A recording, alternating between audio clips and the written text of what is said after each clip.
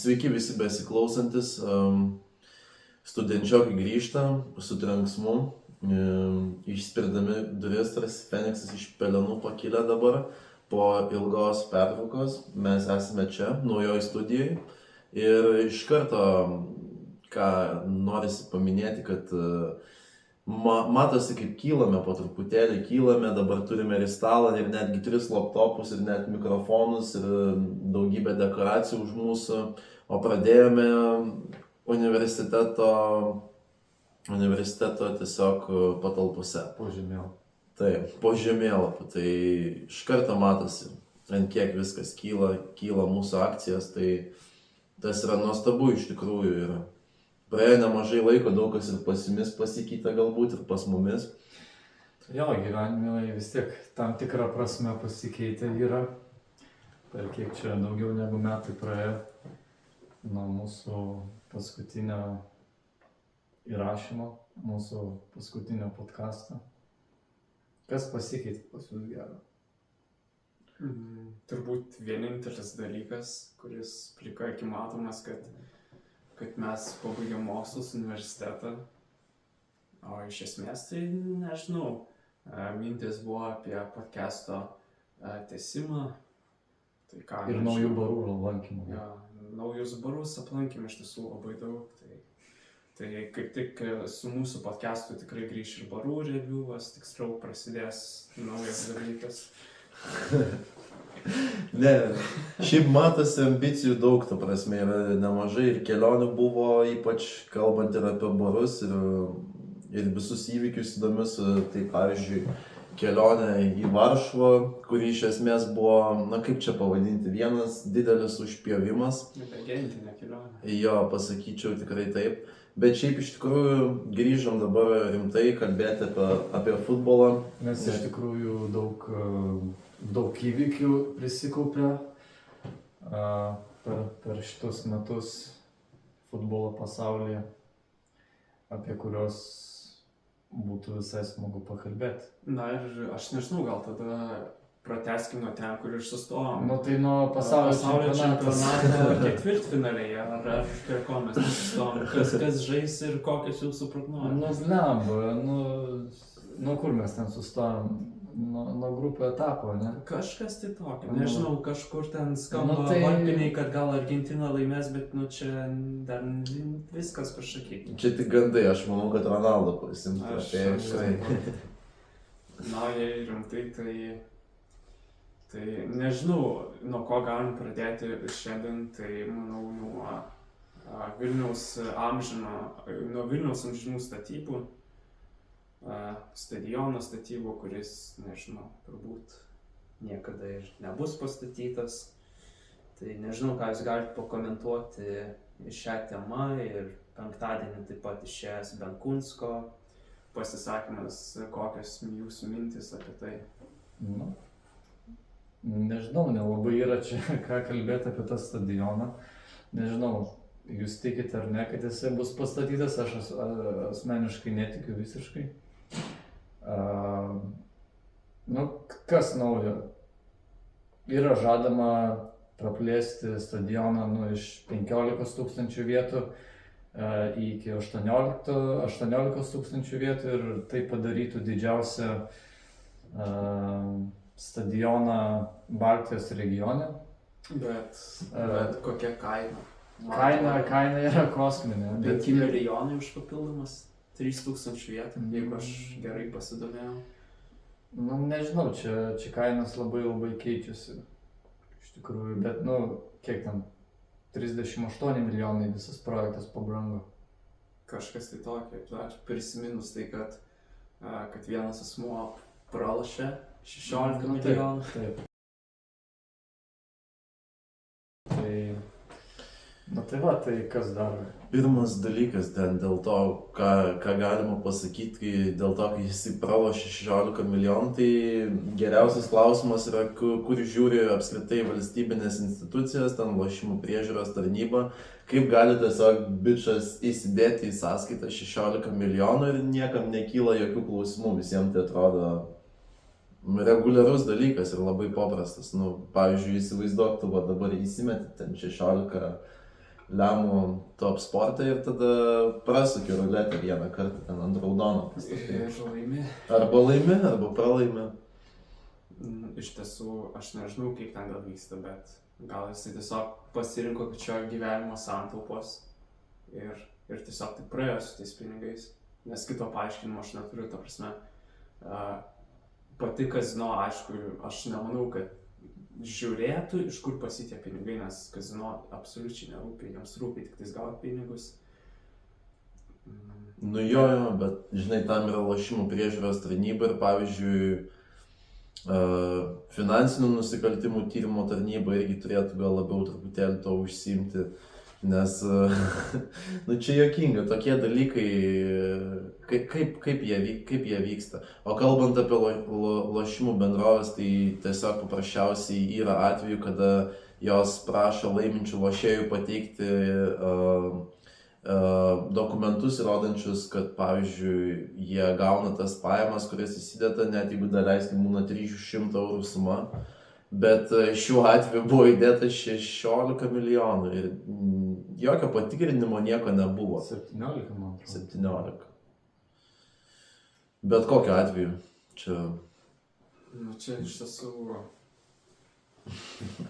Nežinau, trūksta žodžių apie tai realiai šnekėti, nes nesuprantami pinigai ir aš tiesiog bandau suprasti, ką tas asmuo, kuris įsidėjo 16 milijonų, Kiek girdėjau, ar 17, ką jisai šiaip pats mąstė tuo jis momentu. išvažiavo kariauti į Ukrainą. Dabar? Nu, tipo taip sakoma, taip girdėjau. Ne? Jo, tai nežinau. Mes kaip tik šnekėjom, kad jeigu tokią sumą praloši valstybės pinigų, Tai dabar belieka tai dabar ne, tiesiog tarptautinė paieška dabar yra paskelbta dėl jo. Ai, tai jisai sutepė slides ir išbėgo? Na, aš nežinau, man atrodo, nu, gali prisidengti būtent. Tai vis tiek dabar iš jo, man atrodo, ir nori išieškoti pinigus, bet... Taip. Okay. Nu, bet kas pasikeitė dar, tiesiog atėjo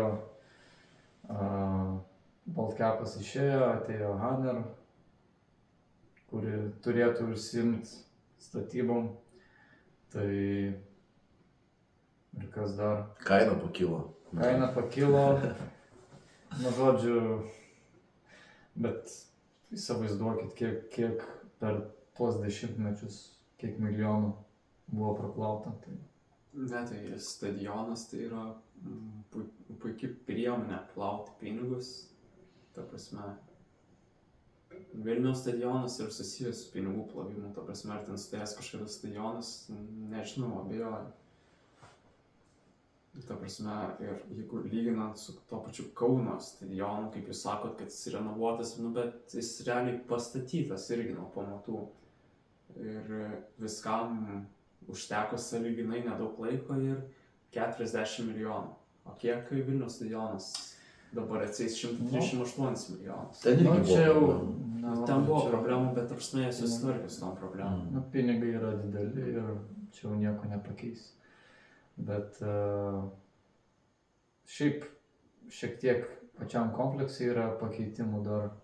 Kiek girdėjau, ten vietoj berods 6 sporto aikštynų pastatys vieną didelę areną tinkančią sporto renginiams, apie 5000, kiek girdėjau gandai. Tai va tiek, nežinau, ką jūs turite dar pridurti. Nu, aš tiesiog norėčiau tokį retorinį gal klausimą užduoti, kiek jūs manot, kiek reikalingas stadionas Vilniui? Aš tai manau, kad labai reikalingas. Bet ta prasme, jeigu vyksta toks pinigų plovimas per stadioną, tai ar reikia toliau dar šitam dalykui leisti gyvuoti, gal tiesiog uždarys šitą klausimą ir whatever, okei, be stadiono. Ne, nu jeigu žiūri iš tos pusės, tai galbūt ir tai, bet iš to klausimo, ar stadiono reikia ar ne, tai be abejo reikia, nes renginių galėtų būti žymiai daugiau. Ir apskritai pasižiūrėjus į visas Europos šalis, civilizuotas, visi turi stadionus. Lenkai prisistatė pilną stadioną, netgi Ukraina pasistatė daugybę stadionų ir Nu, bet gerai, bet ten futbolas yra aukštam lygiai. Gerai, man dabar įdomu, civilizuotos Europos valstybės, kurias valstybės tu laikai necivilizuotas? ne, nu aš laikau tokias valstybės kaip, nežinau, daleiskim Baltarusija kokia pavyzdžiui. Ar apskritai aš kalbu apie valstybių ekonominę padėtį ir Lietuva, aš sakyčiau, jau yra gan stipriai pažengus nuo sovietinių laikų, bet panašu, kad net ir šalis, kurios turi žymiai didesnį korupcijos lygį, jos sugeba pasistatyti stadionus, kai tuo tarpu mums to padaryti nesigauna. Tai panašu, kad ties tam tikrom vietom mes lygiai taip pat dar nesame iš to išlipę. Ir ypač su stadionu daugybė problemų ir žmonės, kurie yra dabar nuo, nežinau, bent jau 40-50 metų amžiaus, kai jie stebėjo nuo pat pradžių, nes jau nuo 90-ųjų berods prasidėjo tos statybos ir jos vis baigdavosi, vis atsirasdavo naujų pažadų, naujų gandų, kad griuvėsius iš naujo bandys atstatinėti, tada galiausiai viską nugriovė, visus pamatus, dabar vėl iš naujo statybos sustabdytos. Na ir tiesiog atrodo, kad iš tų žmonių perspektyvos, tai jie jau iš viso viltį praradę. Net ir mes esame iš kitos kartos, bet jau manau, kad vilties mes irgi nebelabai turim. Nežinau kaip jūs. Aš bent jau nelabai. Aš vilčių pamatyti stadioną Vilniuje, tai nesitikėkit, nebus tokio darinio. Ne, mes čia labai pesimistiškai vertiname. Čia ne pesimistiškai, čia yra realistiškai, aš sakyčiau. Jo. Ta prasme, jeigu tu kiek per 30 metų nesugebi pastatyti stadioną, tai kur garantija, kad tu per kitus 30 metų jį pastatysi? Ja, bet kita vertus turime LFF stadioną, galima perlipti per tvorą, nemokėjus bilietų. Taip pat galima ant federacijos stogo užlipti su kėdutė, viską aukštai stebėti, nes apsaugininkai nedirbo savo darbą, bet ačiū jiems, kad jie nedirba. Ir toliau. Ja, tai... Nežinau, ar dar turit ką pridurti apie šią temą apie stadioną, aš kaip ir išsisėmiau realiai iš šią. Nelabai, turbūt apskritai tuos politinius ir ten visą tą situaciją net neverta jos pernelyg analizuoti, kas ten konkrečiai... Mes tik pateikėm savo nuomonę. Jo, iš esmės situacija yra tokia, kad stadiono nėra ir greičiausiai nebus, tai tiesiog juokinga pati situacija. O šiaip artinasi Čempionų lyga dabar ir porų bus tikrai daug ir įdomių. Va čia yra tikrai įdomesnė ir pozityvesnė tema. Tai aš nežinau, realiai aš manau, kad galime ir pereiti prie šitos temos, nes manau tikrai porų yra 8 ir yra labai daug ką šnekėti.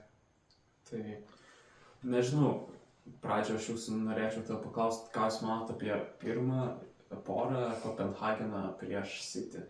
Ta prasme, ar jūs matote bent kažkiek šansų Kopenhagenui pabandyti palaikyti įtampą bent jau namuose? Aš labai tikiuosi, kad pavyks,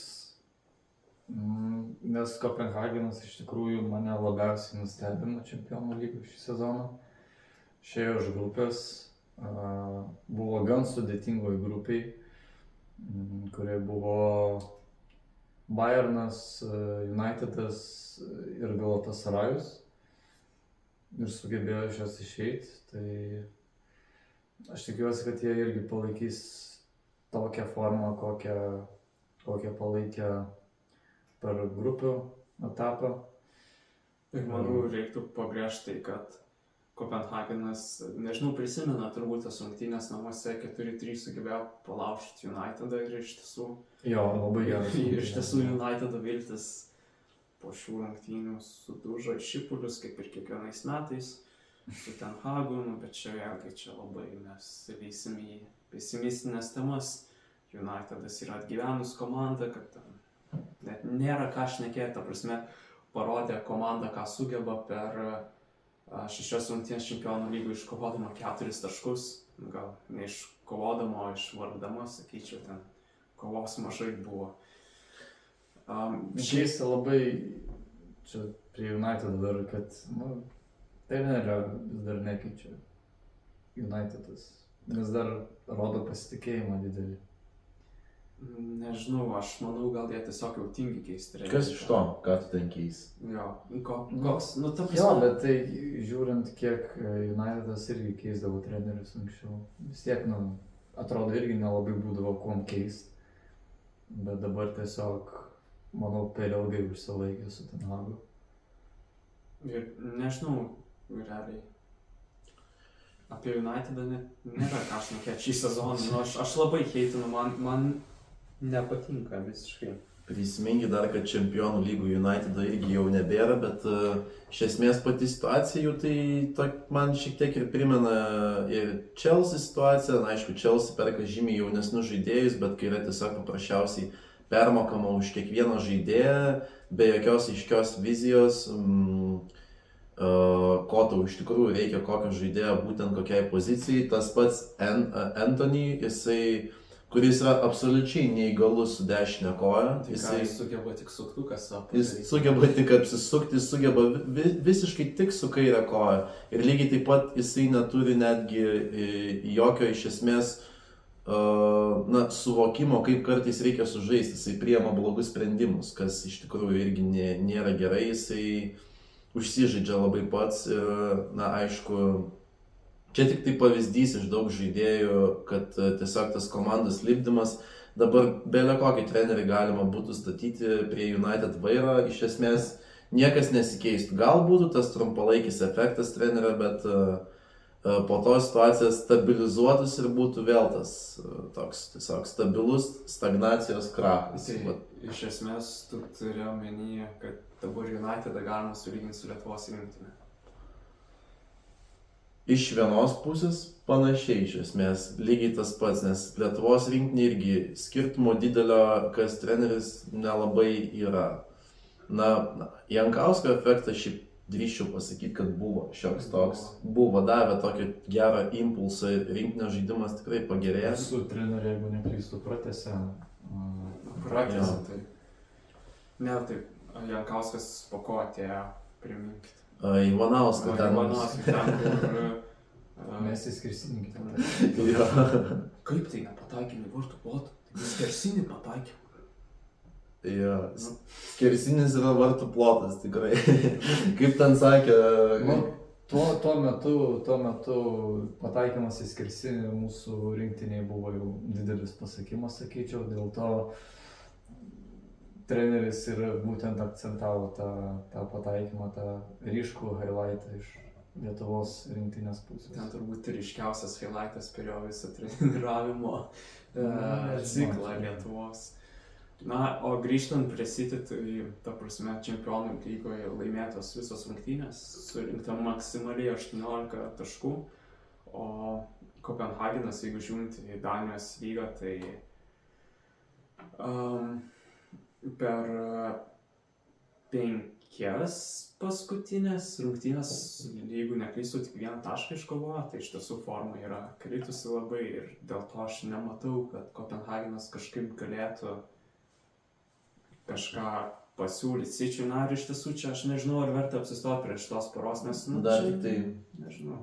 Paminėti, norėčiau, kad City kaip visada pasiseka su burtais, jau čia visi jau kalba, kad labai įtartina, gauna pačius lengviausius varžovus ir šį kartą gavo tikrai patį silpniausią.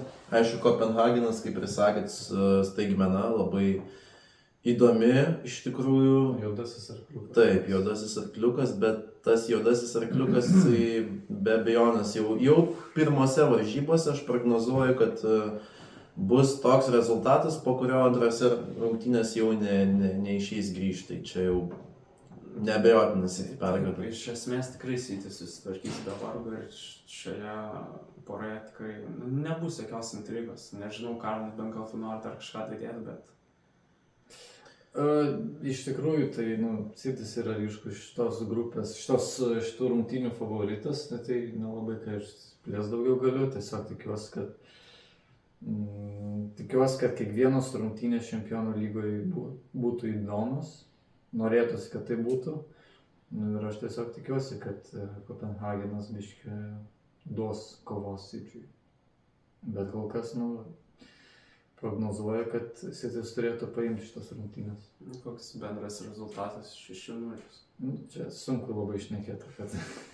Nežinau, gal 8 kokie, sakyčiau. Gerai, tai kadangi tokie rezultatai, tai gal judam prie kitos šiek įdomesnės poros, tai PSG Real Sociedadas, tai... Real Sociedadas irgi mane nustebino iš tikrųjų, Kopenhagenas. Ir šiaip simpatiška visai komanda, tikrai, gal La Lygoje nelabai sekasi paskutiniu metu, bet Čempionų lygoje visai neblogai pasirodė, išėjo iš grupės, tiksliai neprisimenu, ten turiu rezultatą. Paskutinį Čempionų lygoje. Bet jie pirmi išėjo. Iš pirmos vietos 12 taškų ir Interis taip pat 12 taškų turėjo, bet nulėmė įvarčių skirtumus. Tai va, ir PSG buvo mirtininkų grupiai. Galėjo, aš manau, mirtininkų grupė buvo. Be abejo, PSG, Dortmundas, Newcastle'as ir Milanas. Tai PSG išėjo iš antros vietos, turėjo progą pasiimti pirmą vietą grupiai paskutinėse rungtynėse su Dortmundu. Nežinau, aš manau, kad irgi tikiuosi neblogų rungtynių, įdomių rungtynių, bet manau, PSG turėtų laimėti vis dėlto. Aš tai iš tikrųjų netgi gal paprieštaraučiau, ne tai, kad paprieštaraučiau, bet aš kažkodėl tikiu Sociedadą pergalę. Aišku, tai yra skirtingo iš esmės gal kalibro komandos ir neabejotinai PSG yra favoritas, bet Sociedadas turi labai smagią komandėlę, tikrai ir ten yra labai patyrusių žaidėjų šiuo metu, taip pat ir Davidas Silva irgi žaidžia vis dar tenais. Ir grupėse atrodo tikrai komanda stipriai. Ir su Interiu tai rodo sužaistas 2 solidžias rungtynės, o PSG žaidimas jisai labai banguotas. Namuose jie grupė etape bent jau tikrai užtikrintai žaidė, bet išvykose pradėdavo grybauti. Tai aš kažkaip manau, kad gal ties stabilumo kriterijum Sociedadas yra šiek tiek labiau galbūt pažengę. Šiaip prognozuoju, kad pirmas rungtynės laimės PSG, bet antras Sociedadas ir galbūt čia tikėčiausi pratęsimo ar net 11 metrų baudinių serijos. Aišku, sunku iš tikrųjų čia prognozuoti, kaip čia gali būti, bet manau, kad labai įdomi pora laukia čia. Aš sakyčiau, čia grinai monetos metimas pem, bet iš tiesų šiek tiek didesnius favoritus matyčiau PSG, bet jeigu Real Sociedadas namie atsilaiko, laimi, tada visko gali būti, nes PSG šį sezoną įrodė, kad jie nemoka žaisti lemiamų rungtynių. Ta prasme, buvo 2 lemiamos rungtynės prieš Newcastle, sužaidė lygiosiom. Ir tada lemiamos rungtynės dėl pirmos vietos grupėje kovota prieš Dortmundą, taip pat 1-1 sužaista lygiosiom. Ir kaip tu sakei, nemoka žaisti išvykai, prieš Newcastle išvykai net 4-1 gavo. Tai ta prasme, manau, viskas priklausys nuo to, kaip Real Sociedadas sužais namuose, nes išvykai, manau, jie neturi šansų prieš PSG, bet galimai ir pamatysim. Baudinių seriją, ta prasme, jeigu lyginant formas, nelabai galim palyginti formą, nes PSG savo lygoj, jie viską laimė 8 taškais nuo Nicos atsiplėšę, bet negalim, čia nėra terpės spręsti apie jų formą, Real Sociedado, ta prasme, forma dabar nukritus, per 5 rungtynes laimėjo tik kartą ir iškovojo tik 6 taškus Ispanijos lygoj, tai ta prasme,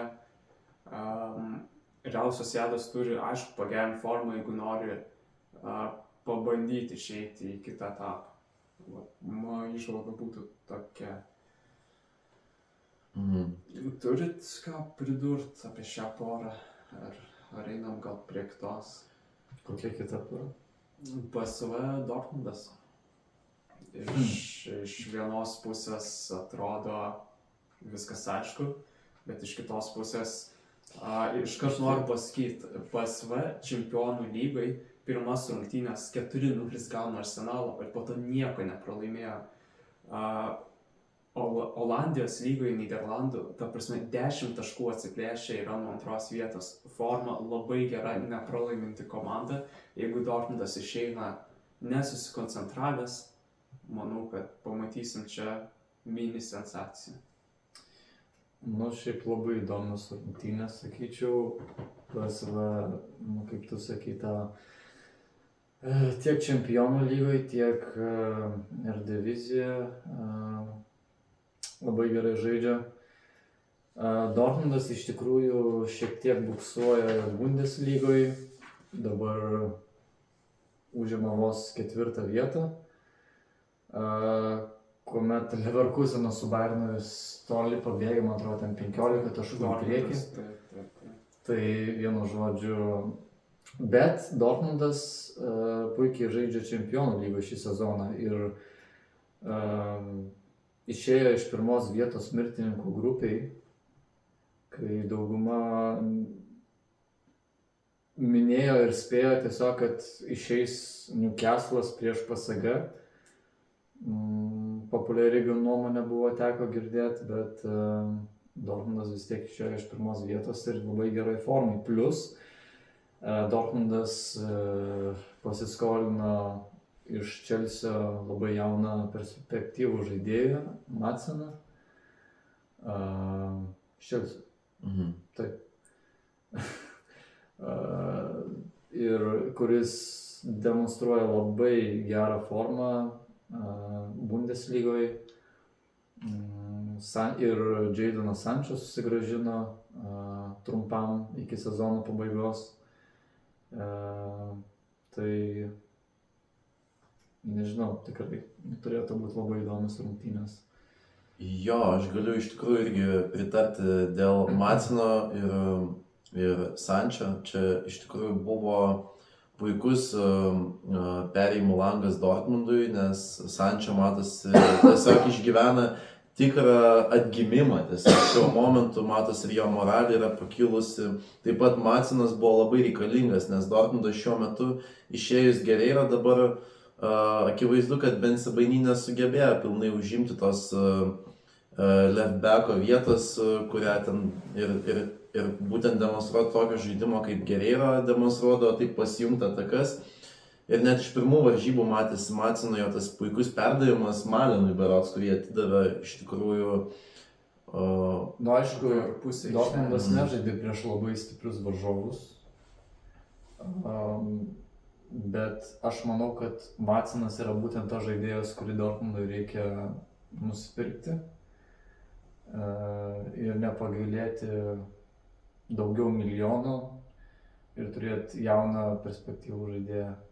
Bet gal kaip tik geriau, kad tvarkaraštis dabar buvo lengvesnis formos atžvilgiu, formos įgavimo atžvilgiu. Tai gerai, aš nesakau, kad čia blogai, aš tiesiog, Tiesiog, aišku, vis tiek negali vertinti to žaidėjo vis dar pilnai, nes varžovai nebuvo pajėgiausi, kurie galėjo būti. Tai ir pamatysim, iš tikrųjų, čia dar sunku sakyti. O kalbant apie paties PSV formą, tai, iš tikrųjų, gera forma. Vertinant visą sezoną, jų forma yra tikrai puikiai. Stabili. Aišku, pastaruoju metu ir dabar šį savaitgalį 1-1 lygiosiams sužaidė su Ajaxu.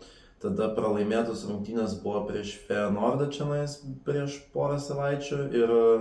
Bet kokiu atveju dabar nėra tai svarbu, kai jie 10 taškų pranašumą turi prieš artimiausius persekiotojus, tai yra Feyenoordą.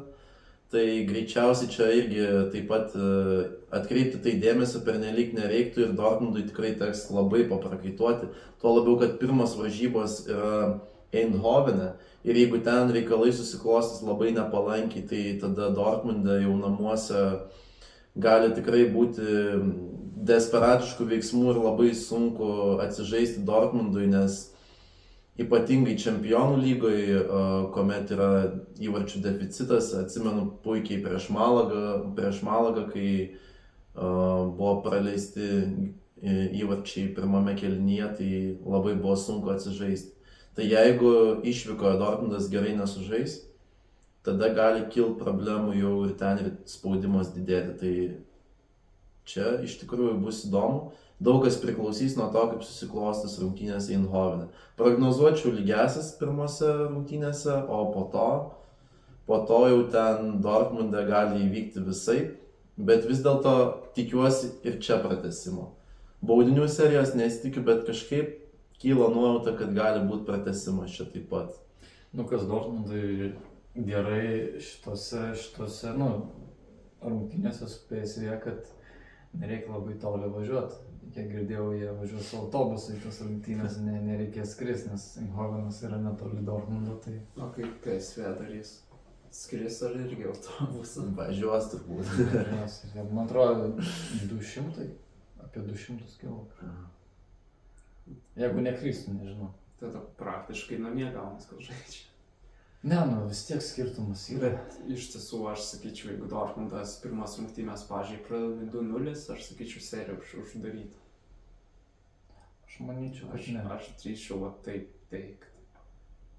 Ne, aš manyčiau, kad Dortmundas vis tiek signalą Iduna parke prieš 80 000 ištikimų fanų. Manau, jie gali padėti ir būti tas 12 žaidėjas. Nežinau, prieš Mainzą praeitais metais nepadėjo. Ypatingai Dortmundas yra tokia komanda, kuri jaučia didelį spaudimą ir didelę atsakomybę sunkiose rungtynėse. Prieš Chelsea pernai lygiai tas pats buvo. Ir nežinau, vat jeigu būtų toks scenarijus, kad būtų 2 įvarčių deficitas po rungtynių Eindhovene, aš irgi lygiai taip pat galvoju, kad tada greičiausiai amen.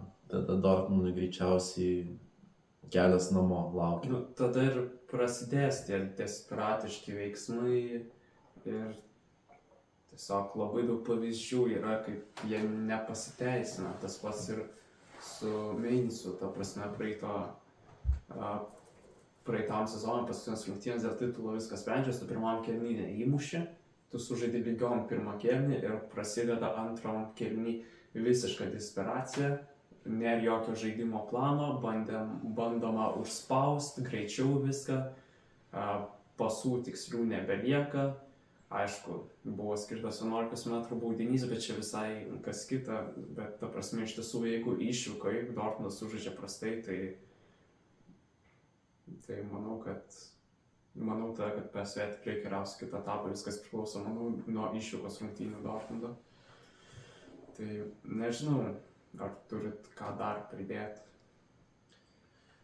Ne, aš manau, galim keliauti prie kitos poros ir matau, čia yra Leipzigas prieš Realą, ne? Čia jau nėra labai gal. Čia nėra ką Sakot? kalbėti. Realas antra komanda Čempionų lygoj, kuri viską laimėjo šį sezoną. Leipzigas, ta prasme, jie laimėjo. Bundeslyga irgi paskutinės varžybos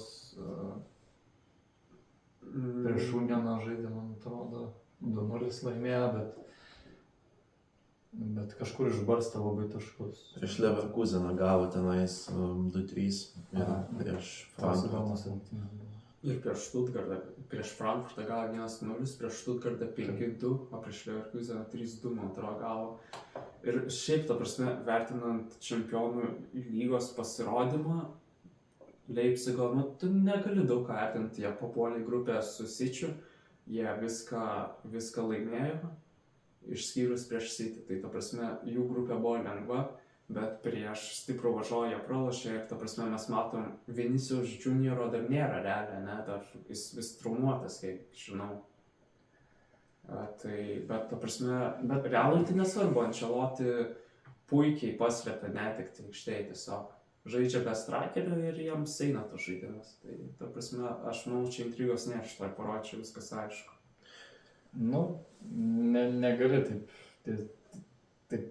teikti, bet, aš irgi manau, kad Realas yra ryškus favoritas ir prognozuoju Realo pergalę per šitas rungtynes. Jo, aš tai irgi prognozuoju realą pergalę. Aš sakyčiau, namuose, kadangi pradeda Leipzigas lygiom sužais pirmas, o po to jau reikalai visi ten Madridą bus išspręsti. Šiaip man rodos, visi bus sveiki realo žaidėjai šiom varžybom, jeigu neklystu. Ir turint pilną sudėtį, realas turėtų susitvarkyti ganėtinai lengvai. Vis dėlto, be abejo, tai yra vieni iš favoritų laimėti visą turnyrą. Tai nemanau, kad čia kils labai kažkokių netikėtumų, net jeigu ir pirmas varžybos pasibaigs lygiosiam.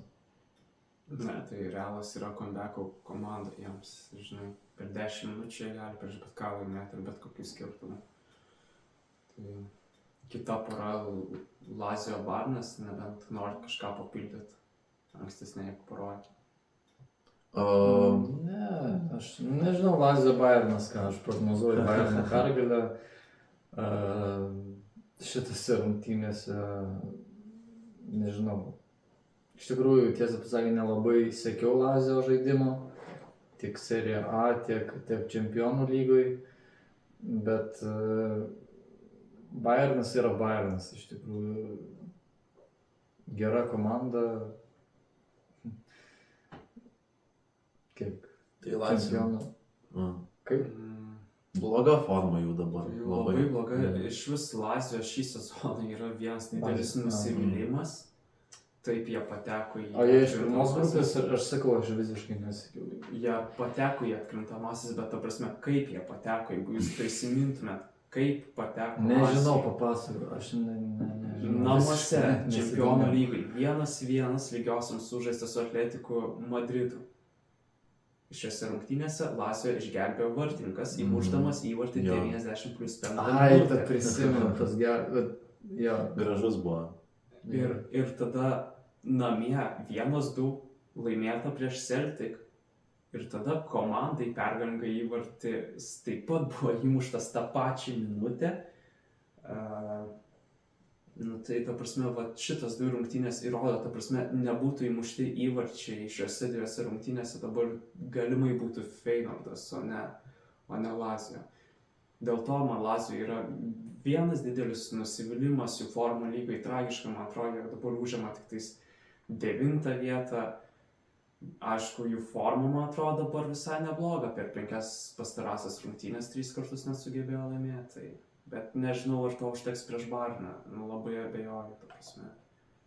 Sakau, Bayernas yra Bayernas. Nematau didelės intrigos.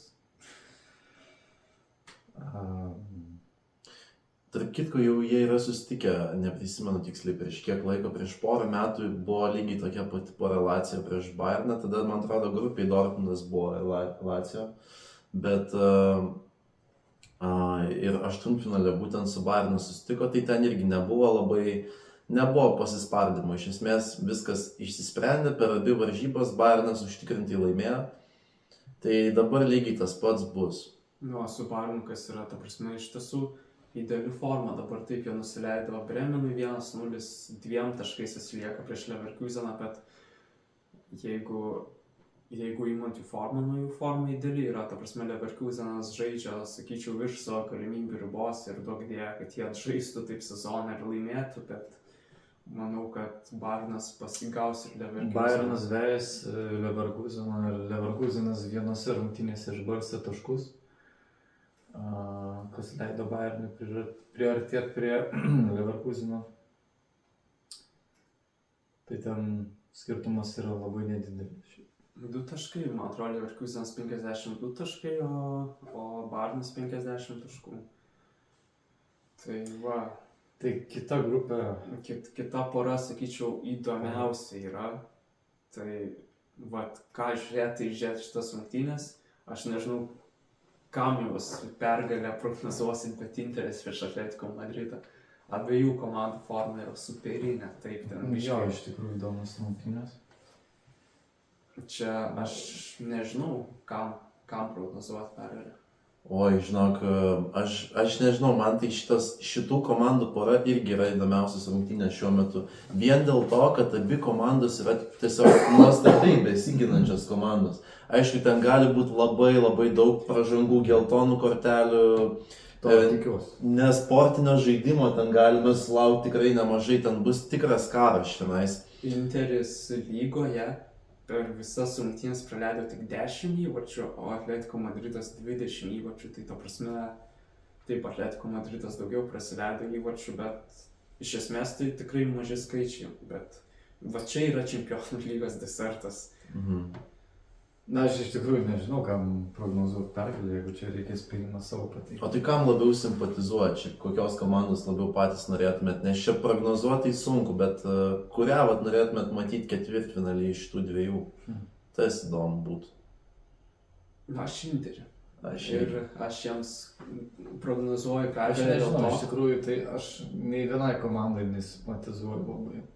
Iš tikrųjų, aš tiesiog tikiuosi, kad čia taip, taip, čia yra pen ir aš tiesiog tikiuosi geros kovos, to nešvaraus žaidimo, to tikro karo, tiesiog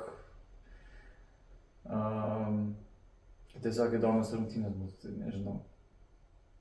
Negaliu pasakyti šitą klausimą. Ta prasme, čia nežinau. Kaip patys bookmakeriai vertins šitas rungtynės, bet ta prasme čia. Jau yra įvertinimas, tai namuose čia koeficientai svyruoja, bet aišku, kadangi Interas namuose jam duoda didesnę tikimybę laimėti ir koeficientas yra 2, o Atletico 3, nuo 3,4 iki 3,8. Tai sakyčiau, vertinamas pakankamai apylygiai, bet vis tiek, sakyčiau, minimalus poros favoritas yra Inter Milanas.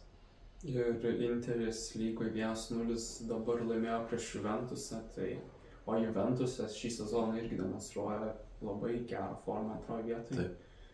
Man atrodo, dabar Interis 4 taškais padidino atotrūkį nuo Juventuso.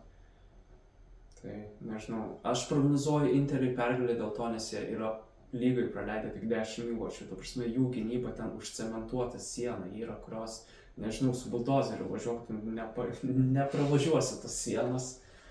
Tai dėl to mano prognozė būtų tokia. Taip. Ir kitos, irgi įdomios rungtynės, abiejų komandų forma tragiška, gal Barsas šiek tiek geresnė, Neapolį prieš Barceloną. Nepasakyčiau, kad Barcelonas forma tragiška būtų. Ne, taip, geresnė. Neįdali ir nežinau, ta prasme, ta komanda nefunkcionuoja labai daug metų. Tiesiog nefunkcionuoja. Taip.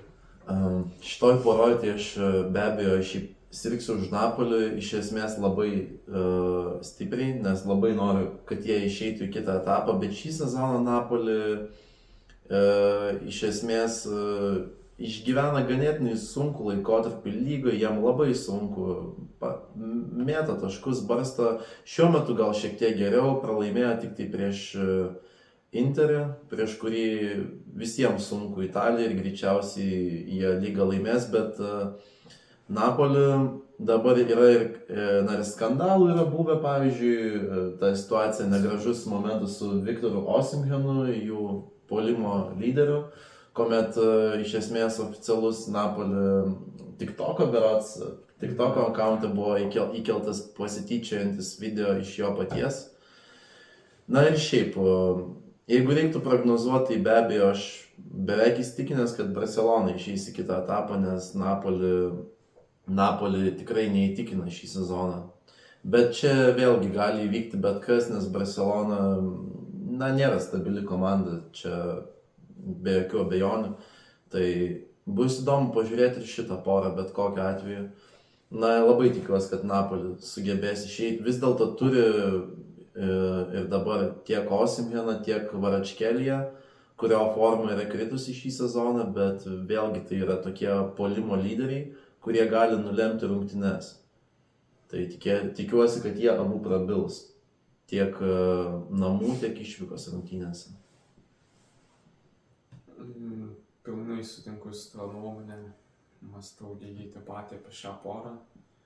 Bet jeigu reiktų prognozuoti, irgi Barcelona, nežinau, turi 70 prieš 30%, kad išeis Barcelona, nes demonstruoja stabilesnį žaidimą.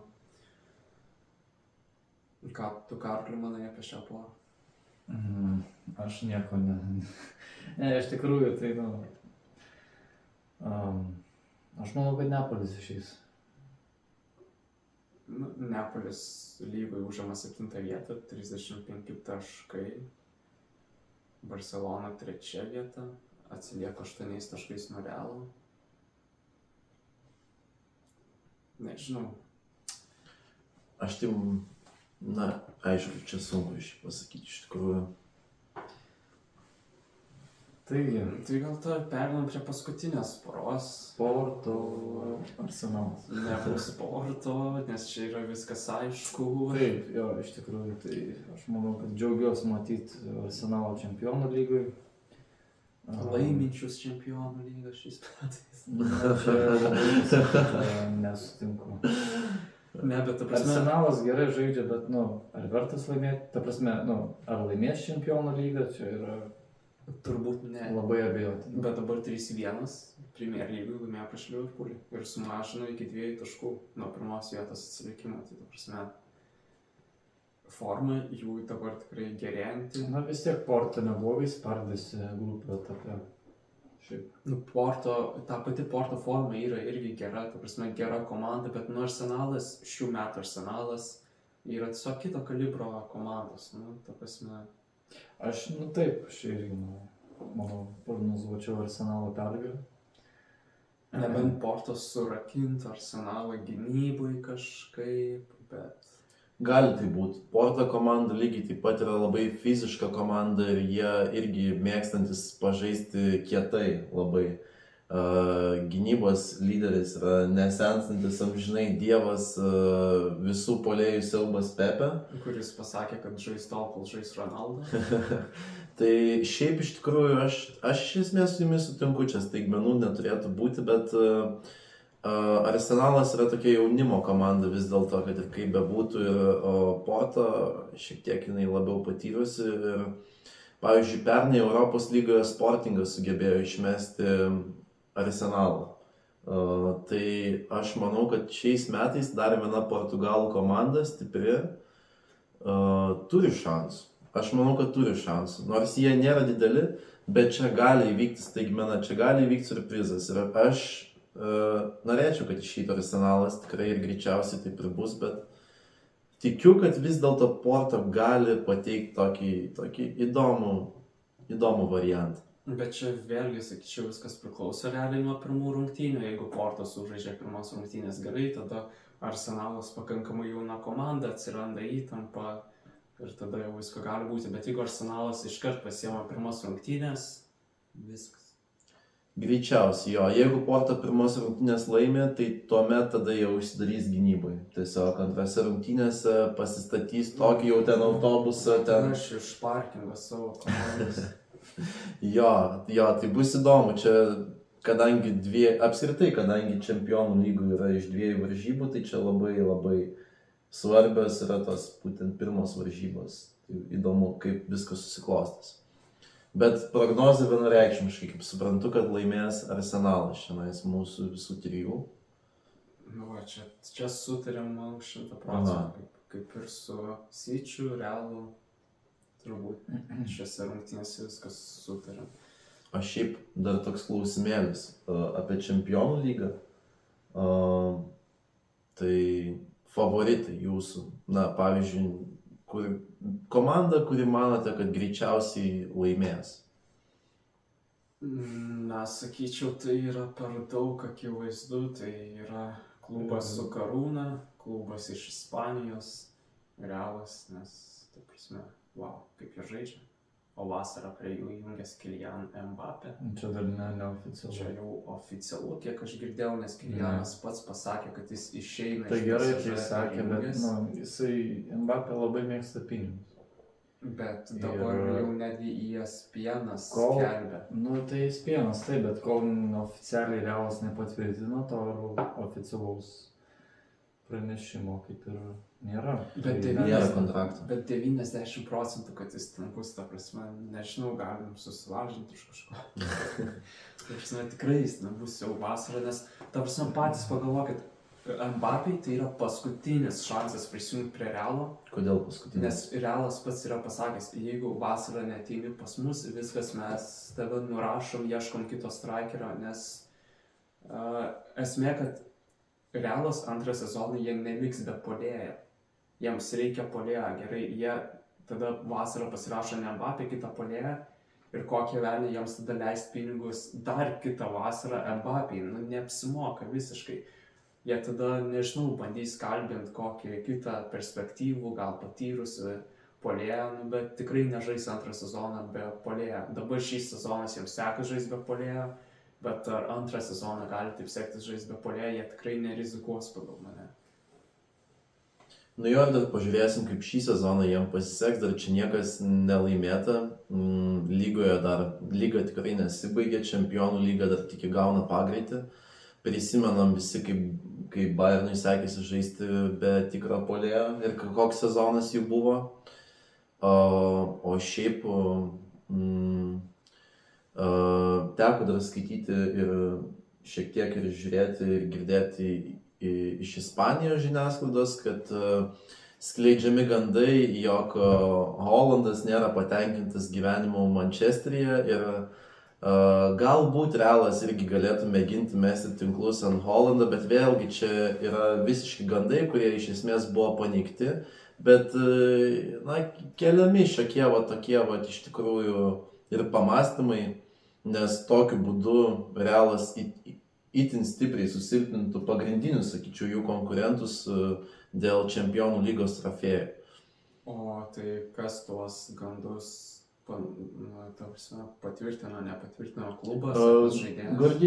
Guardiola pasakė, kad tai yra gandai, kad iš esmės jokio pasiūlymo nebuvo, kad niekas neskambino City'ui ir nekalbėjo būtent apie galimybę nusipirkti Holandą ar kažkokio konkretaus pasiūlymo nepateikė. Tai, sakyčiau, melas, pagal mane.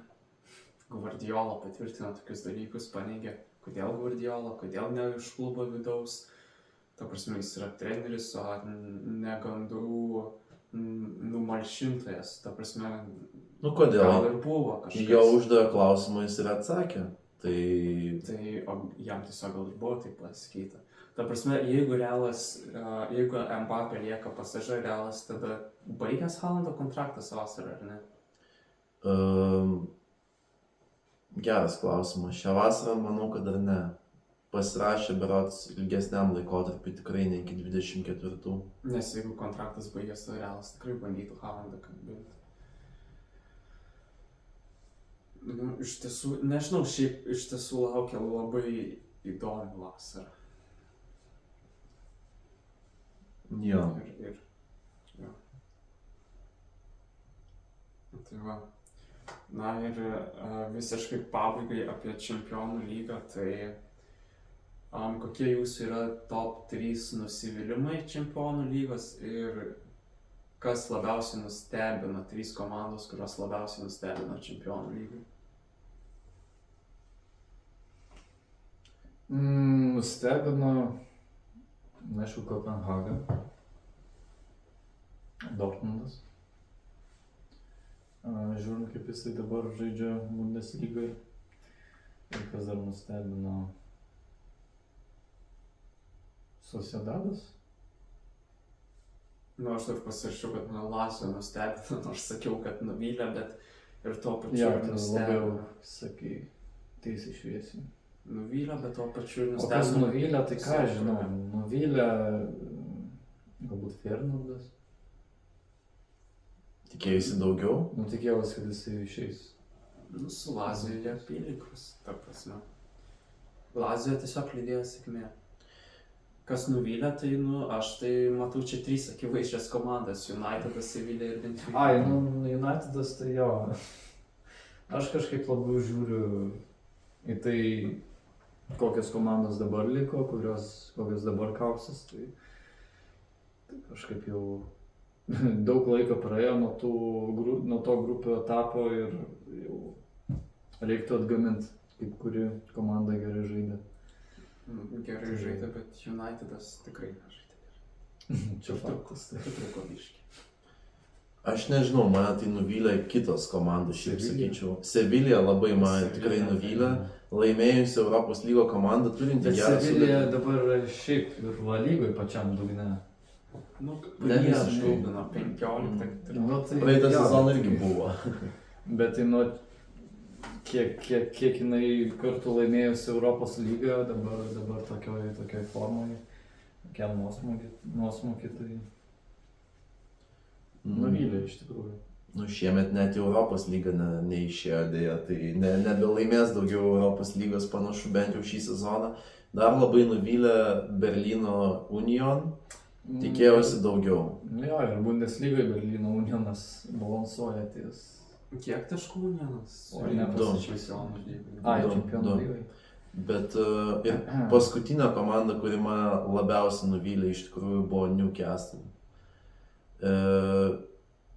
Gal neturėtų jinai būti prie nusivylimų sąrašo, nes jinai buvo mirtininkų grupė, apie kurią mes jau ir apkalbėjom, bet jie turėjo pilną kontrolę, pilną galimybę išmesti tiek PSG, tiek Milaną paskutinėse varžybose. Tai reikėjo jiems, man atrodo, tik tai nepralaimėti tų varžybų. Nepraleisti įvarčių, nes buvo įmušę. Buvo įmušę jo. Arba, na, jeigu būtų ir praleidę 1-1 sužaidę, tai tada būtų Milanas iškritęs, man atrodo. Ir jiem nepavyko to padaryti. Ir šiaip komanda pakankamai smagi. Tai gaila, kad jie iškrito, tuo labiau, kad po tokio ilgo laiko sugrįžo. Patiko man juos stebėti, man patiko stebėti ypač Aleksandrį Isaką, taip pat ir Almironą, kokį jis greitį turi ir driblingo savybės taip pat. Tai šiek tiek gaila, kad jų nebėra. Labiau norėčiau matyti arba Milaną, arba Newcastle dabar atkrintamosiose, bet na, yra kaip yra. PSG, manau, irgi neužsibus. Tai va. Jie niekada neužsibūna. Iki finalo nenueina. Nebent čia. Išskirtinumas, kai su Barna nuėjo. Vieną kartą, ja. Ir tai per karantiną, tai nežinau, ar galima labai užskaityti. Ai, nu, galima ir neužskaityti, žiūrovų nebuvo įtampas, nebuvo. Nieks nematė. Ja. Nieks nematė. Ne, nu tai jo, gal ten vaizdo įrašas paleistas, buvo treniruočių ir tiek. Tai va. Nežinau, tai aš nežinau, ką jūs mąstot apie čempionų lygą, baigiam, ar dar kokie Aš manau, pamąstymai? galima užbaigti. Viską kaip ir apkalbėjom. Kol kas jo, daugmaž. Galima būtų ten dar plėstis turbūt, bet apšnekėjome, kaip bus, paskui pažiūrėsim, ar mūsų prognozės teisingos. Bet laukia porą gerų ketvirtfinalių, tikrai labai gerų. Tai va, o dabar, nežinau, gal kiek pavėluotai, bet gal, nežinau, paliečiam gal biškį Truputėlį. Ervino Kvitkausko temą. Manęs neklauskit šitą temą, aš nieko nežinau. Susilaikai. Tai mes Nei tau- noriu kalbėti apie tokius skandalus. Ne, aš nežinau apie... Aš nesakyčiau, kad čia Apie buvo ką čia eina skandalas, mes to papasakosim. Apšvieskit, nes... Aš iškart noriu pasakyti, kad aš esu vis dėlto Ervino pusėj. O kas ten buvo? Ta prasme, tuoj paaiškinsim tau. Ja, nu Ta čia... prasme, kodėl aš esu Ervino pusėj, aš išklausiau Dailiojo čiuožimo federacijos konferenciją, prezidento pasisakymus, CEO pasisakymus, pačio Ervino Kvitkausko pasisakymus. Ir pagal man tai tiesiog buvo provokacija, kuri, ta prasme, šiaip suveikia labai gerai. Ta prasme, jūs matėt, kaip buvo visuomenės suvarytas Kvitkauskas, ta prasme, kokie komentarai. Komentarai ten, kad nežinau, kad jis sudegintas bus, arba tokie komentarai, ta prasme, visuomenė, pagal mane, sakyčiau, šiek tiek nepasigilino į situaciją, bet aš nenoriu plėstis. Aš tiesiog šiuo metu esu labiau Kvitkausko pusėje ir laukiu tiesiog pasirodančių vaizdo kamerų. Tai nežinau, Aleksai, nežinau, papasakot šiek tiek, kas ten buvo. Aš tai matai, aš tai iš karto pasakysiu, kad aš esu priešingai pusėje. Aš kaip tik tos darbuotojos pusėje, kuri ten dirbo. Jinai nebuvo ten darbuotoja, tai mes pyksimės dabar. Mes pyksimės dabar tikrai. Nu, iš esmės, va, kad ir apšviesti, nežinau, jeigu kas ir nežinojo, jeigu kas ir, pavyzdžiui, va, irgi nesidomėjai tu, Karali, tai situacija tokia buvo, kad O ten nebuvo, ten ne ta situacija su dideliuoju čiūžiniu? Tai taip, čia va ta Ai, situacija, jo, bet tai aš išnekam, jo. Ai, tai ne, tada žinau, ten kur skundėsi tą. Nu, tai tada... Ką ten skundės, net nesiskundė, net pareiškimą neparašė. Jo, aš girdėjau kažką pro vieną ausį žiūrėjo, kitą išėjo. O šitą gal biškį... Bet ten Kvitkauskas buvo? Tai taip. Pervinas Kvitkauskas. Vitkauskas. Gal šitą padarom biškį pertraukėlį ir grįžtam prieš šitos temos. Pertraukėlę, sakai? Jo. Gerai, galim padaryti iš tikrųjų. Galim sustabdyti.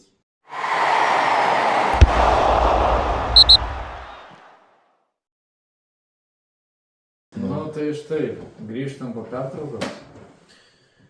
Jo, pasisėmiau jėgų truputėlį pailsėję, dabar galim ir kalbėti apie tą Kvitkauską ir tą visą, nu kaip čia pasakius, ne patį smagiausią reikalą apšnekėti. Nu tai aš truputėlį pasišnekėsiu, ta prasme, jau tu pasakai savo kaip ir iš esmės nuomonę, gal visos situacijos ten neverta būtų iš esmės pasakot, nes daug kas jau žino, gal tik trumpai reiktų priminti, kad tiesiog ten dailiojo čiuožimo čempionato metu viena iš darbuotojų, kuri ten dirbo už scenos, jinai iš esmės apkaltino Kvitkauską, jog jisai prie jos kabinėjęs renginio metu, kuomet jinai dirbo, tada jisai ir buvo daug necenzūrinių žodžių, jisai prie jos prisikabino ir klausė, kas jinai iš vis tokia ir kodėl jinai čia yra. Apsistumdymas, apsižodžiavimas, tuomet pagal ją buvo iškviesta ir apsauga, kuri jau iš esmės ją sulaikė, atsivedė į savo kambarį, tada jinai pati iškvietė policiją. Na ir galiausiai su jie nutraukė ten sutartį ir ją išprašė iš renginio. Tai čia vat iš esmės jos yra tokia pusė. Ir šiaip aš, pavyzdžiui, savo nuomonę, aš esu jos pusėje. Bet yra labai daug niuansų, kurie iš esmės, man atrodo, nesąmonė kažkokia. Pirmas dalykas, kodėl kamerų visi tie vaizdo įrašai dar nėra aišku, kas ten įvyko, nėra normaliai viskas pateikta. Yra iškomunikuota, kad niekas neveikia. Iškomunikuota, tai čia, žinai, spaudos konferencijai tas iškomunikavimas, jisai sėdėdamas ten tryse prie vieno stalo kartu su tuo Jasučiu, tuo prezidentu, tai čia yra vienas iškomunikavimas. Kitoks iškomunikavimas būtų, jeigu jisai pats viską iš esmės paaiškintų, o ten sėdėti ir susikurti visą pilną versiją, dar, kol nėra jokių kamerų. Kitas dalykas sutartis, ta sutartis buvo pasirašyta ar nebuvo, pagal ją jokios sutarties nebuvo, o sutartis turėjo pasirašyta pagal idėją buvus. Jinai baigus jau darbo buvo, jinai dirbo 2 dienas, aš Bet jinai Selenų ir negalėjo ateiti. Jinai apskritai sutarties jokios nepasirašė, jinai turėjo sutartį pasirašyti. Sako, kodėl nėra jokių? Pasirašė, Sako. 2 dienom. Sako, bet sutartis jokia nėra iki šiol pateikta ir nėra tenais aišku. Nes pagal federaciją dabar viskas ir tie vaizdo įrašai yra perduota teisėsaugai, kad ir to po to viskas, sakė, bus atskleista, aišku. Matai, pažiūrėsim, kaip čia bus iš tikrųjų, nes kitas reikalas liudininkų jokių kaip ir nėra, lyg ir iš jos pusės, pavyzdžiui, jinai teigia, kad jos kolegės viską matė, tada kyla klausimas, kodėl tada nėra viskas aiškiau, kodėl nėra paliudyta, dar kitas klausimas, kodėl jinai pareiškimo neparašė policijai, ar galbūt jau parašė, bet kol kas nėra jokių žinių, ar jinai parašė. Ne, jinai neparašė jokio pareiškimo, parašė tik tais federacija dėl viešojo saugumo pažeidimo.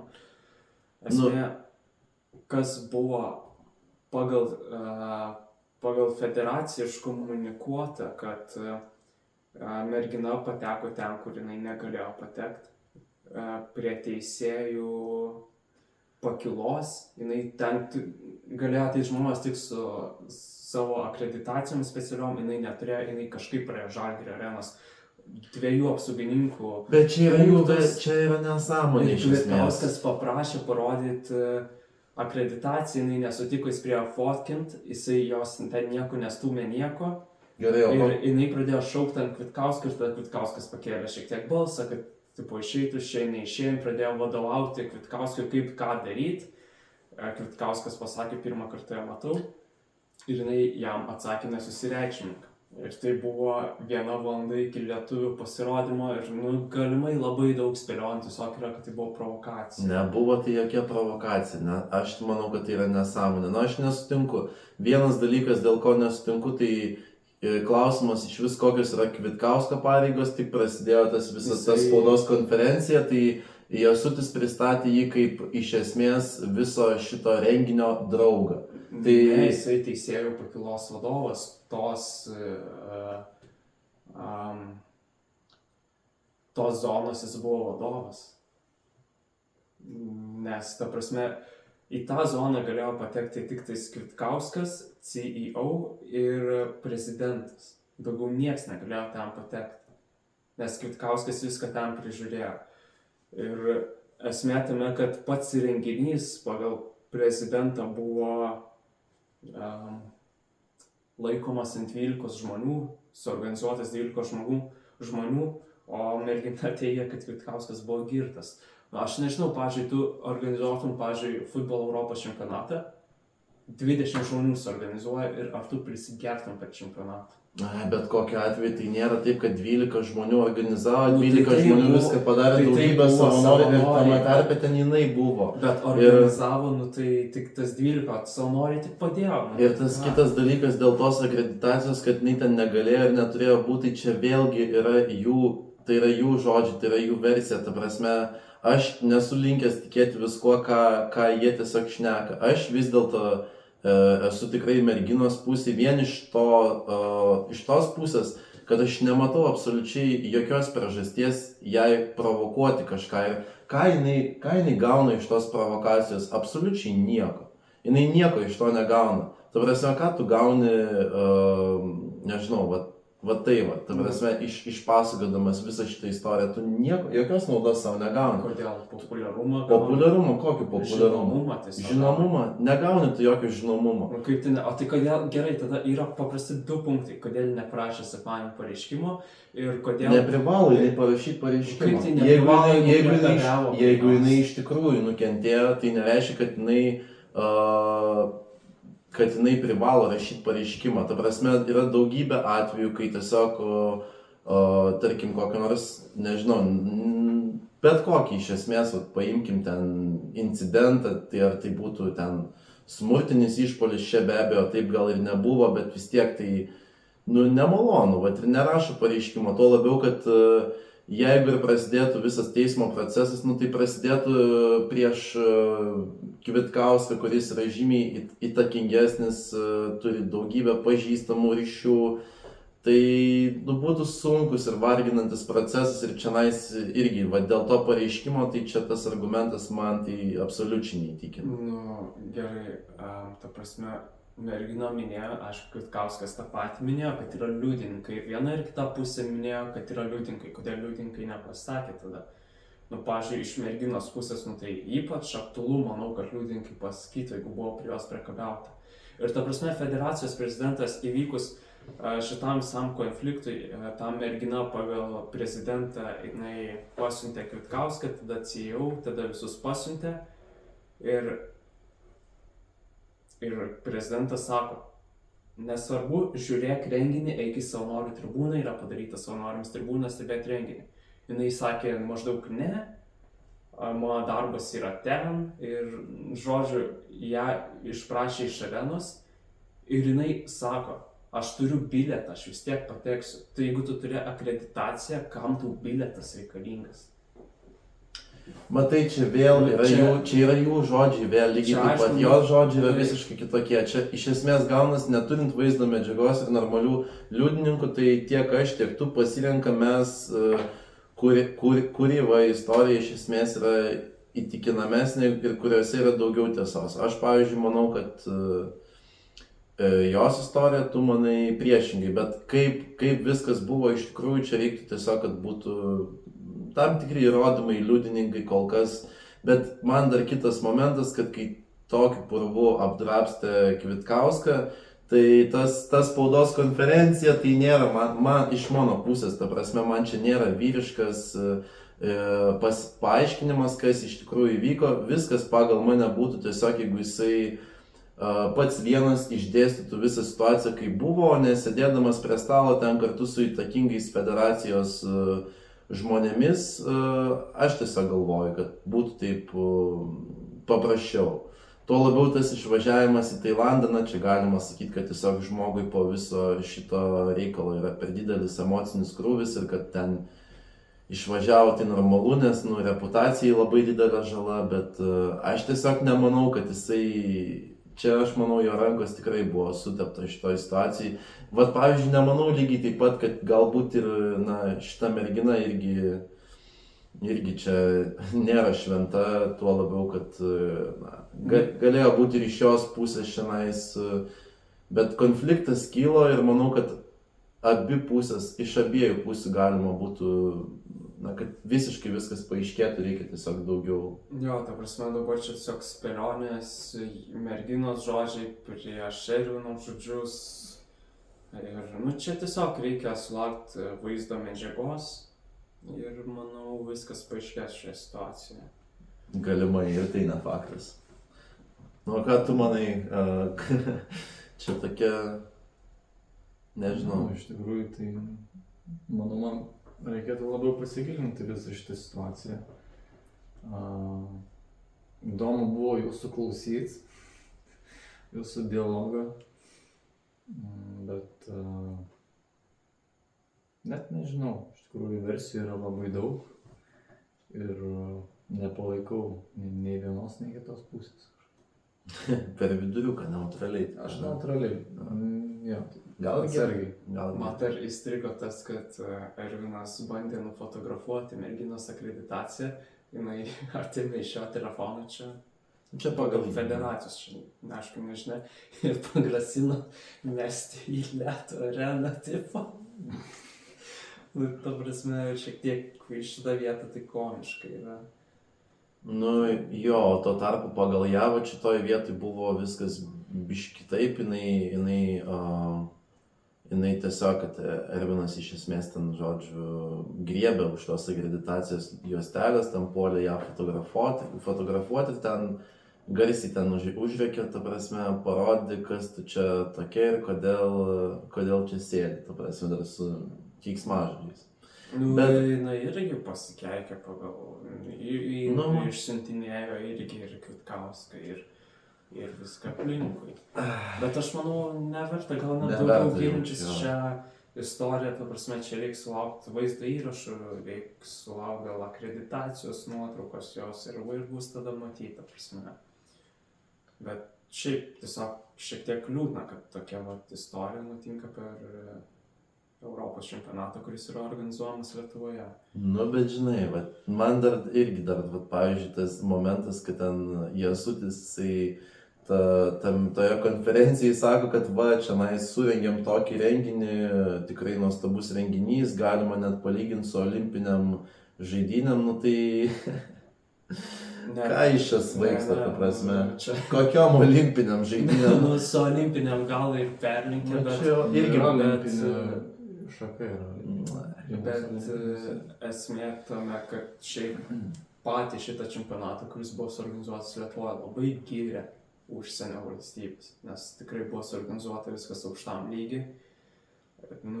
Tokia viena, nežinau kaip pasakyti, razina, tai tik šitą. O šiaip visas čempionatas, tai tikrai buvo aukštam lygiai. Aš ne. Gerai. Kas lieka? Gerai, palauk, šitą aš paspaudžiu filmuoti. Iškirpsiu. Paspaudė jau tikrai aš. Paspaudžiu. Man liko 2,1% kompiuterį. Taip. Tai pabaigai. Gerai, palauk, kokias tarp 3 sekundės, 3, 2, 1, davai sakyk. Nu, tai ką, ir pabaigai tada gal norit apžvelgti apdovanojimus? Apdovanojimus? Jo. Balandorų, ne? Tai jau apdovanojimus pirmą aš apie Balandorą paskui. Kokia jūsų nuomonė? Balandoras čia jau pasenęs reikalas, bet kokia jūsų nuomonė, ar pelnytai Lionelis Mesis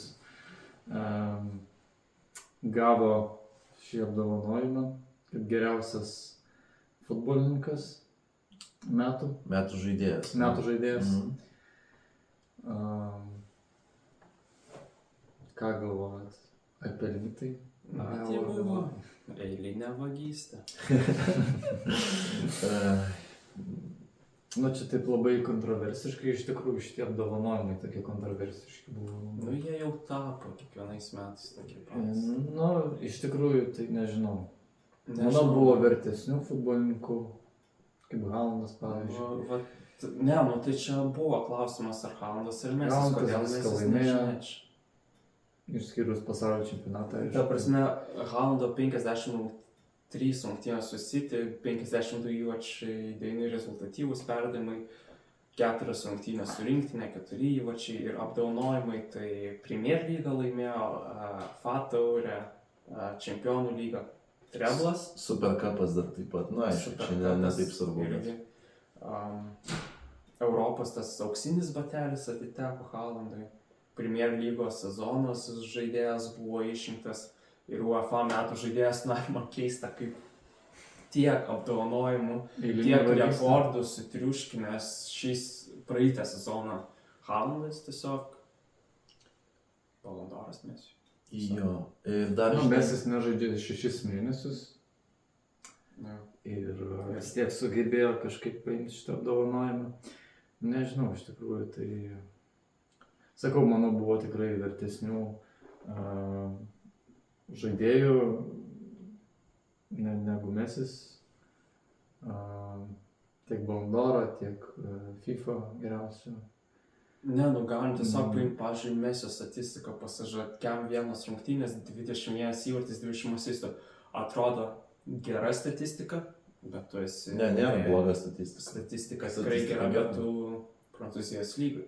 Be Mesio iš Prancūzijos lygos nieks nėra laimėjęs Balandorą, nes nieks nevertina kaip rimtos lygos. Ta prasme, tai nėra tokia rimta lyga. Argentinos rinktinė 13 varžybų, 17 įvarčių, 5 asistų. Gerai, įmam World Cupą, jis gavo už World Cupą, jis gavo tikrai vieną už World Cupą, nesvarbu, kad jis ten laimėjo Prancūzijos lygą. 7 įvarčiai World Cup, iš kurių 4 pendeliai. Dar 2 pendeliai neįmušti. Jo, bet iš esmės neabejotinai Mesio forma World Cup'e buvo geriausia per visą sezoną ir tikrai negalima paneigti, kad iš esmės ištempė Argentinos rinktinę ir gavo tą apdovanojimą pagrindę vien tik už World Cup'ą, bet... Vat aš nesutinku, kad jis ištempė ten. Di Marijos faktorius. Di Marija, tikrai ne.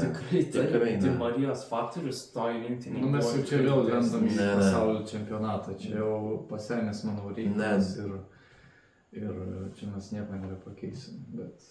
Pavyzdžiui, tas... Daug teisybės gali pasižiūrėti. Ne, aš žinau. Tai čia ne statistika, aš nekalbu apie statistiką. Pavyzdžiui, tas išprovokuotas 11 metrų baudinys finale. Tai čia vienas epizodas. Tai ne vienas jis buvo. Daug tokių epizodų buvo. Ta prasme, Di Marija buvo Argentinos klijai.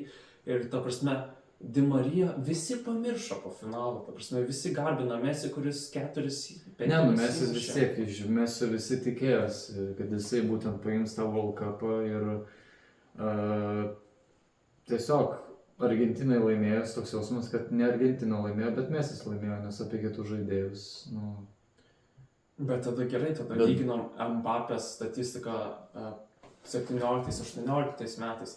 PSG kiam 6 rungtynės, 21 įvartis, 16 asistų, World Cupas 5 įvarčiai ir tapo čempionu. Kur Balandoras? Nėra Balandoro. Kodėl nėra Balandoro? Niekas nežino. Nes pavogė Mesį. Gerai, aš tikrai pilnai sutiku, kad neteisybė šiais metais turėjo imti Haalandas. Tada kitas aspektas, kad Mbappės statistika tiek čempionate, tiek PSG, toj pačioj komandai, kurioje žaidžia ir Mesis, beje, yra geresnė. Jis įmušė 8 įvarčius per visą čempionatą, tai čia yra daug. bet, na, pralaimėjo po baudinių serijos. Būtų laimėję baudinių seriją, Mesis tikrai turbūt jau gal ir būtų vis tiek gavęs, nežinau. Bet esmė tame, kad aš, pavyzdžiui, dėl Di Marijos aš nesutinku, kad jisai buvo Argentinos keliai. Iš esmės, tai vis tiek Messi buvo akivaizdus lyderis, kad ir baudinių jisai įmušė, bet... Gerai, pastatyk Di Mariją vietoj Mesio mušt baudinius, jis būtų įmušęs 4 baudinius, tada visiškai atvirkščiai sakytum. O Di Marija gal, nežinau, jeigu ne visus, gal 3 tos baudinius išprovokavo. Aš nesiginčiu, Di Marija sužaidė taip pat irgi gerą labai čempionatą, bet tiesiog esmė tokia, kad Messi buvo vienas iš lyderių ir tai yra tiesiog faktas. To iš esmės neišeis paneigti, tai buvo pagrindinis žmogus Argentinos sudėtyje, kuris padarė tą pagrindinę įtaką, taip pat buvo ir kitų labai ryškių žaidėjų, bet aš bent jau esu įstikinęs tikrai tuo, kad Messi buvo pagrindinis lyderis. Be abejo, už tai jis tikrai neturėjo gauti geriausio žaidėjo apdovanojimą, nes tai tik parodo, kad kol jis apskritai žaidžia, tol laimėti geriausio žaidėjo apdovanojimą neįmanoma. Čia tiesiog yra labiau ne tai, kad kokį gerą sezoną turi žaidėjas, bet labiau populiarumas yra didesnis faktorius. Net nebe trofėjai, anksčiau trofėjai lemdavo, nors ir netgi žmonės pykdavo, kad trofėjai labai daug lemia, o ne asmeninis pasirodymas, asmeninė nauda, įvarčiai, rezultatyvus perdavimai ir kita statistika, bet dabar jau panašu, kad populiarumas, tai jau politinis sprendimas darosi iš esmės. Nu, bet čia daug kur yra. Iš esmės vienintelis kabliukas ant Halno yra tas, kad jisai nemuša įvačių svarbiose rungtynėse. Taip, jis nemuša įvačių gal svarbiose rungtynėse kol kas, bet jis vis tiek ištraukia komandą į kitų rungtynių. Ta prasme, čempionų lygoj nieks nepasiginčys, kad jeigu nebūtų Halno City's net nebūtų žaidęs finale. Tas pats su Premier Lyga, ta prasme, vis dėlto 52 įvarčiai stipriausiai pasaulio lygų. Nežinau, pagal mane tai daug ką pasako šitą statistiką. Tai čia pasako viską, šitą statistiką, trofėjai pasako viską.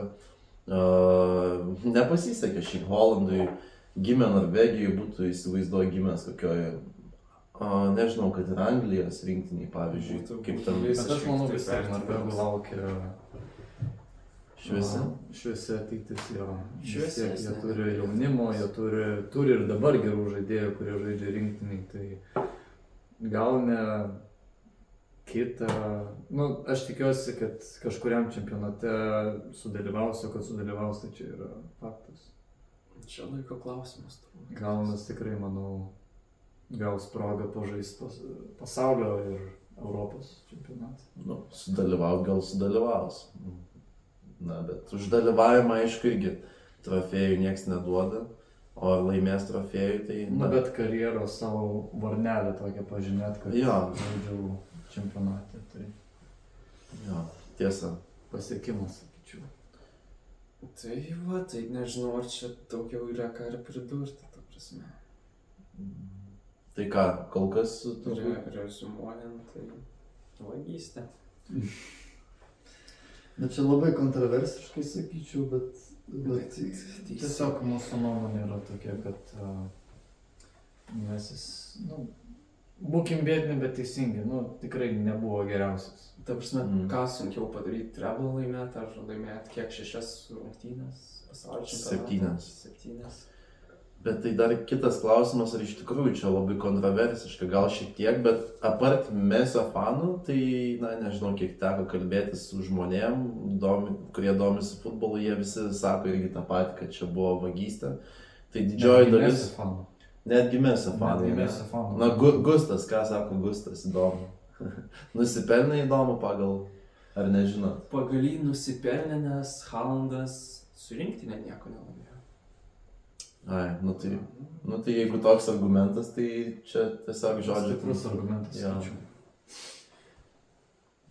Nežinau, visaip galiu bandyti pritempinėti Messi prie to Ballon d'Oro.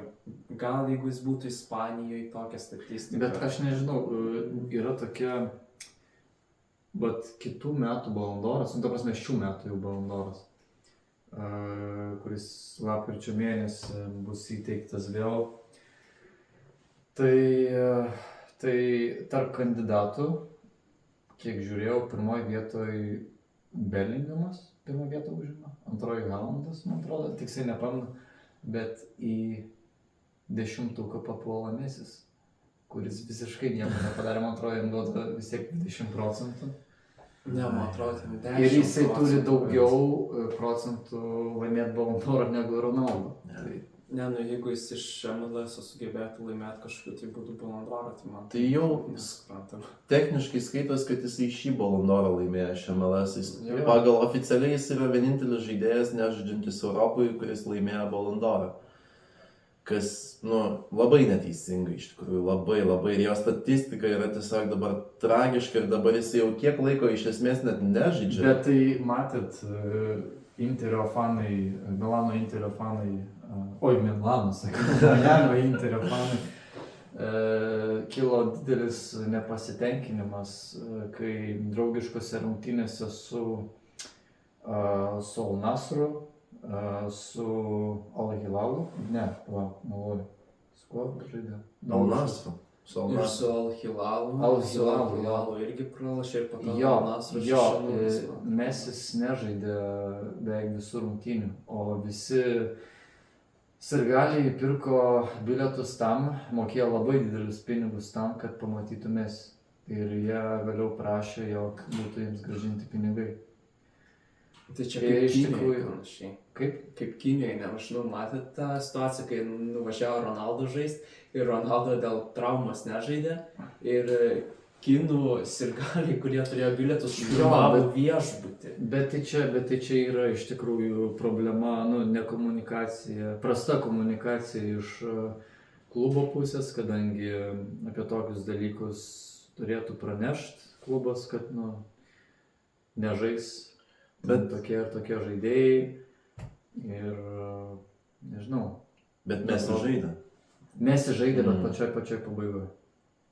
Jo. Tai tie žmonės, manau, nesitikėjo, kad pamatys Messi žaidžiantį kiek ten 3-4 minutės, nežinau.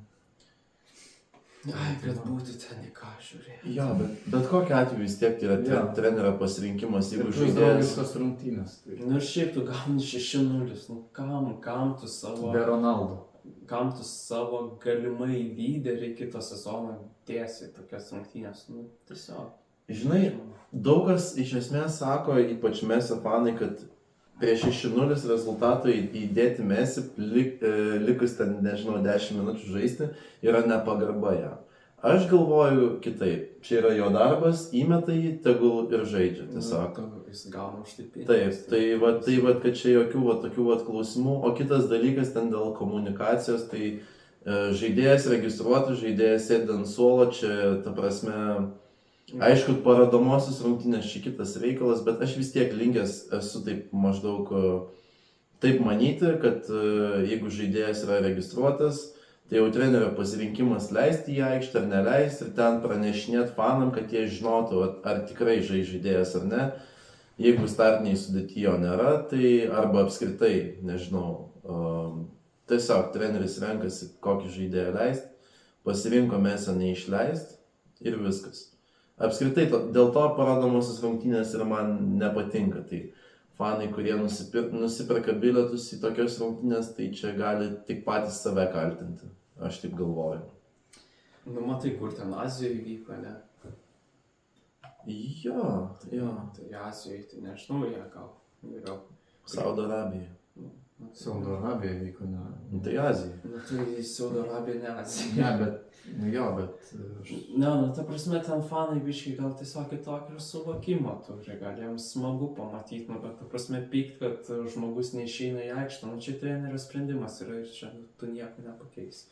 Tu pirkdamas bilietą, tu žinai, kad tokia rizika gali būti. Čia viskas normalu. Speedas, ne, irgi buvo varžybos, Ronaldo tikėjęs pamatyti. Kas nežino, kas yra Speedas, tai jis vienas populiariausių streamerių pasaulyje.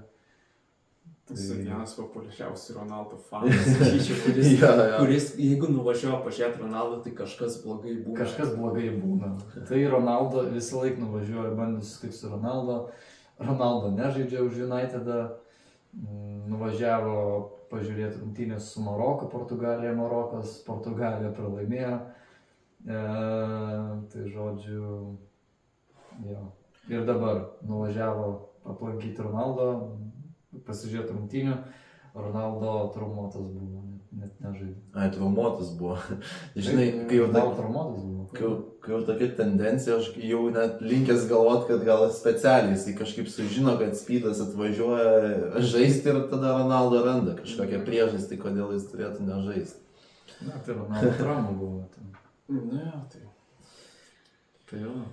Tai tiek, net iš tiesų palėtė, net Saudo Arabija, Amerika, čia labai gal tas podcastas gal neplanavo.